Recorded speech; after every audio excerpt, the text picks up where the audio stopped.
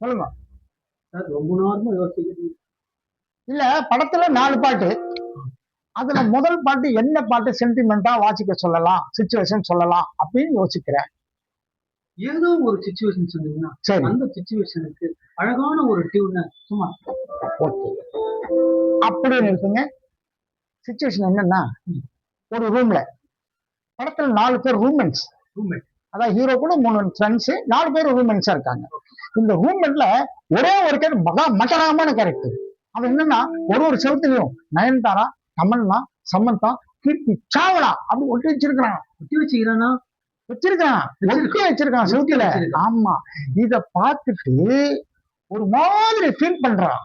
எப்படின்னு கேட்டீங்கன்னா, நயன்தாராவையும், தமன்னாவையும், சமந்தாவையும், கீர்த்தி சாவ்லாவையும் ஃபீல் பண்ணி அவன் பாடுறான். எப்படி பாடுவான் அப்படிங்கிறது பாட்டு. அந்த வரிகளை சொல்லட்டுமா?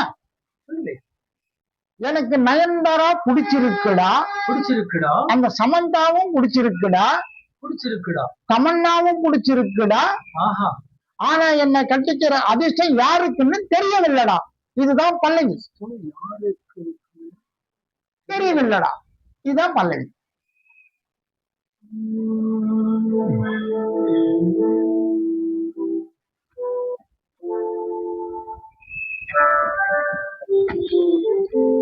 இந்த மாதிரி ராகத்துல போடலாம் சார். உங்களுக்கு தெரிஞ்ச மாதிரி ராகத்துல போட பாட்டை கேட்ட மாதிரி இருந்தா நல்லா இருந்து பாத்துக்கலாங்களா? நான் சொல்லட்டுமா? ஒரு ராகம் சொல்லட்டுமா? எனக்கு நயன்தாரா பிடிச்சிருக்குடா, அந்த சமந்தாவும் பிடிச்சிருக்குடா, தமன்னாவும் பிடிச்சிருக்குடா, என்ன கட்டிக்கிற அதிர்ஷ்டம் யாருக்கு தெரியவில்லடா, எனக்கு கட்டிக்கிற அதிர்ஷ்டம் யாருக்கு தெரியவில்லடா. எனக்கு நயன்தாரா பிடிச்சிருக்குடா, அந்த சமந்தாவும் பிடிச்சிருக்குடா, தமன்னாவும் பிடிச்சிருக்குடா, என்ன கட்டிக்க அதிர்ஷ்டம் யாருக்கு தெரியவில்லடா. இதான் பல்லவி. ஆஹா,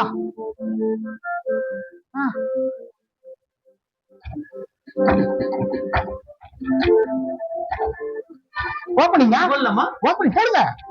அப்படிதான் போடுங்க.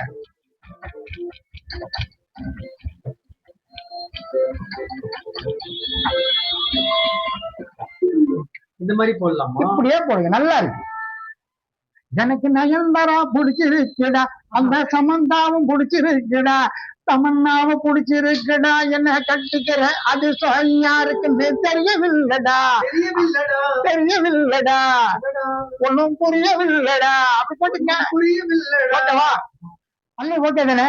கூல்ட்ரிங்க் சாப்பிட்டுட்டு சரணத்தை ஆரம்பிச்சிருவோம். நல்லா இருக்கு இல்லையா? நல்லா இருக்கு சார். படிச்சுருவோம். ஓகே.